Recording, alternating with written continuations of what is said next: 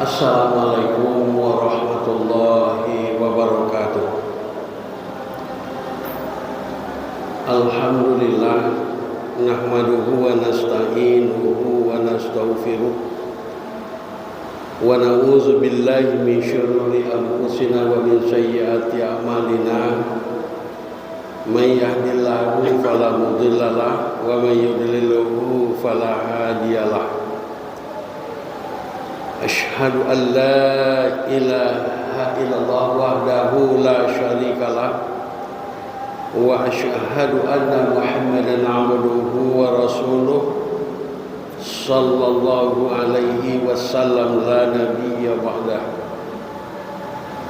Amma ba'du, qala Allah ta'ala fil Qur'anil Karim, a'udzu billahi minasy syaithanir rajim.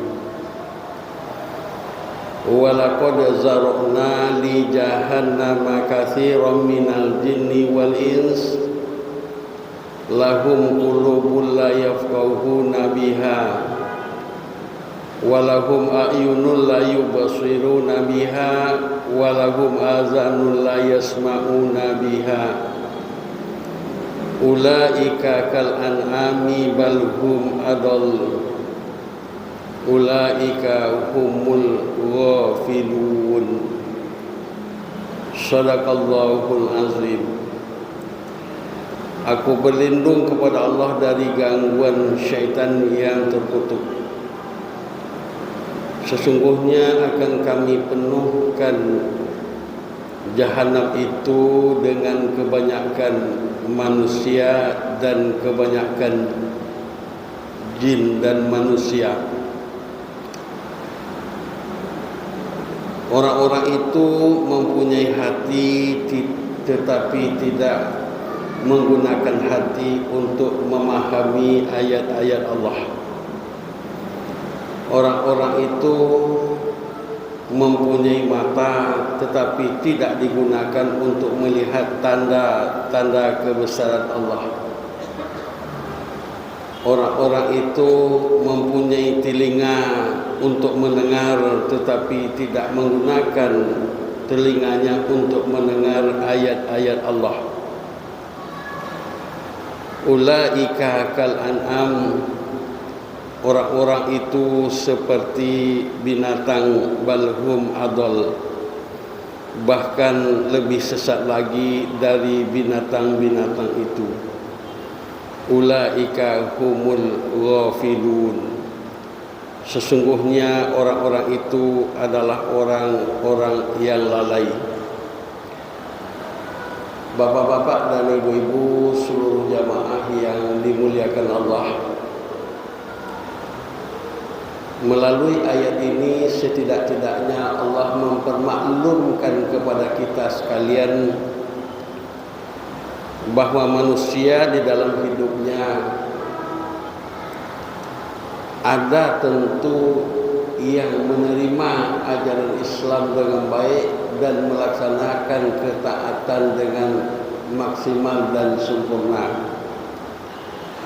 Namun demikian Allah mengingatkan kita bahwa neraka jahanam itu nanti kata Allah akan dipenuhkan jahanam itu dengan kebanyakan jin dan kebanyakan manusia. Artinya banyak jin dan banyak manusia yang akan dicampakkan ke dalam neraka jahanam itu.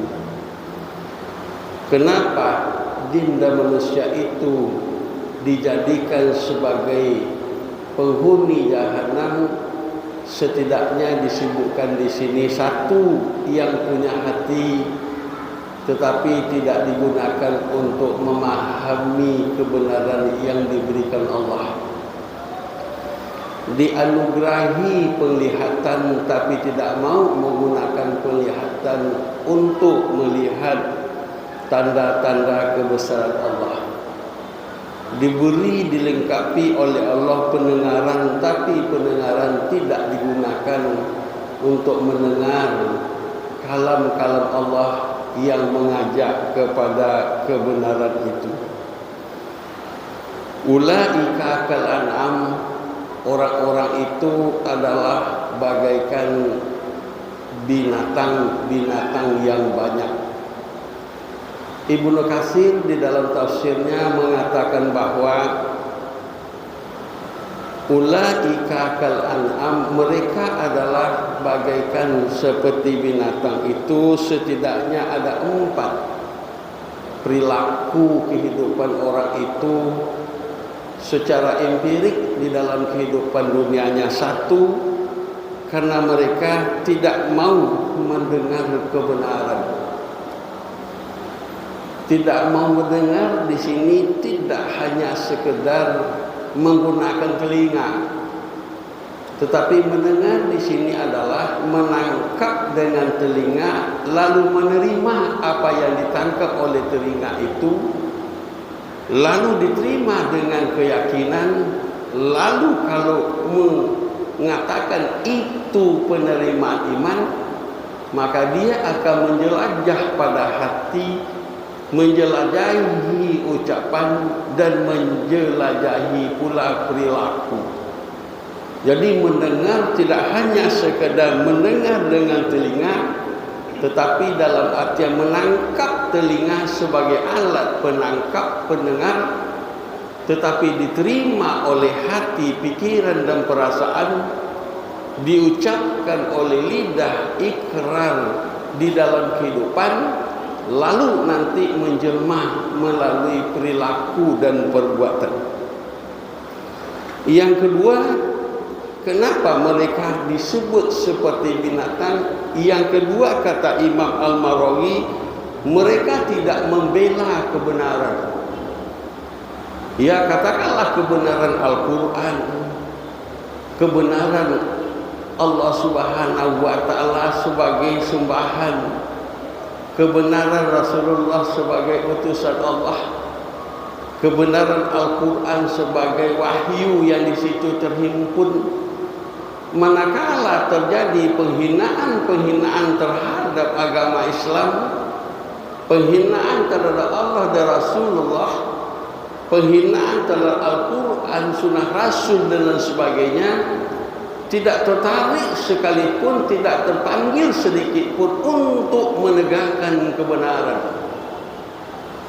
Ini adalah perilaku cenderung seperti binatang. Kalaupun kata mendengar ada pada telinga, tetapi tidak masuk ke dalam hati, pikiran, dan perasaan, tidak muncul dalam ucapan dan tindakan, mereka tidak sedikit pun mau untuk membela kebenaran.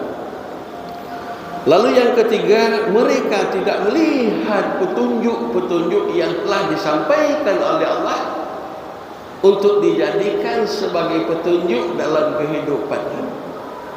Masih banyak kadang-kadang mencari, menjelajah, melakukan perjalanan panjang lama di dalam alam pemikiran mencari kebenaran, padahal Allah sudah mengatakan al-haqqu mir rabbika fala takunanna minal mumtarin.